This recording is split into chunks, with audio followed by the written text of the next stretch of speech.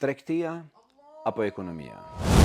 Miqtë dashur, një mbret në një vend transmetohet që kishte grumbulluar tregtar më të mirë të qytetit të tij për të emëruar njërin prej tyre ministër të ekonomisë.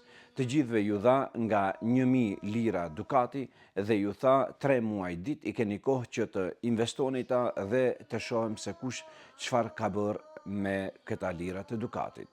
Të gjithë këta 10 personat që kandiduan morën nga 1000 lira dukati dhe u shpërndan në jetën e tyre.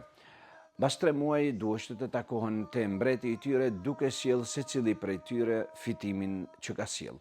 Njëri prej tyre ka sjell 2 fishin, pra 2000 lira të dukatit, tjetri 2 fish e gjysmë, tjetri më shumë, tjetri kështu me radhë dhe të gjithë po mburreshin me fitimin të cilën e kanë bërë dhe duke tentuar që të marrin postin e ministrit tek mbreti. Personi i 10 nga ta erdhi me duar të thata dhe pyeti mbreti, "Çu bë me lirat e dukatit? I harxhove për interesat tua private, i harxhove për epshet tua dhe për qefet e dunjas, i harxhove për familjen tënde, çu bë me ty?"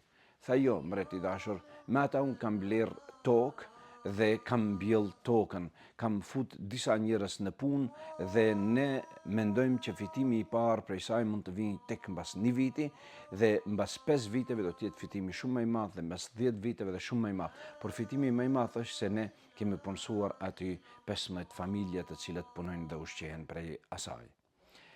Filloi të buzëqeshe mbreti duke i thënë, "Ky është ministri i ekonomisë." Nga se ekonomi nuk është biznes. Ekonomia është fitim me mirëqenie sociale. E ju të gjithë vëllezër dhe motra, edhe në qoftë se nuk bëni një tregti të madhe, por keni hap një biznes të vogël, me cilën janë të punësuar disa familje dhe ushqehen prej saj, dhe ju merrni një pasuri prej fitimit të kësaj kret, kjo është më e sigurta dhe më e mira. E paramendoni në qoftë se do dim të investojmë disa të holla dhe disa të mira për botën tjetër në varrin ton, kjo është ende më e mira. Beqit mirë dhe keni kujdes midis tregtisë dhe ekonomisë, dhe sidomos ekonomisë në botën tjetër. Assalamu alaikum wa rahmatullah.